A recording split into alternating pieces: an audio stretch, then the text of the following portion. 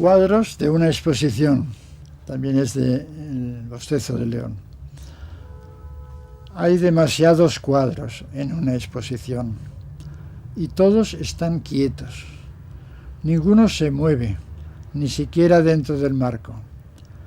Tantos cuadros y todos quietos en sus marcos. Vamos a cerrar, señores, muévanse.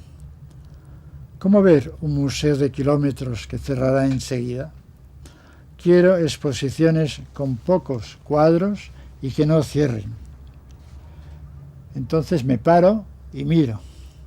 Miro parado y vuelvo a mirar. Felipe IV me mira. La mujer de Vermeer siente que la miro. Admiro una muchacha de amarillo y azul y nos miramos. El pobre Van Gogh está de mal humor esta mañana en el asilo, pero los colores acuden a lamerle las heridas como perros.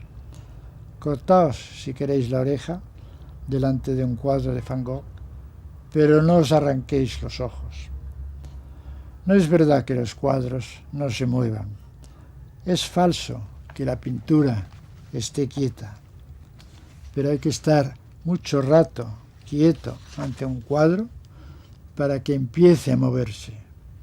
Y la gente empuja por todas partes, sin saber que los cuadros se mueven por dentro, sin saber que los cuadros se mueven por dentro si los miras quieto mucho rato.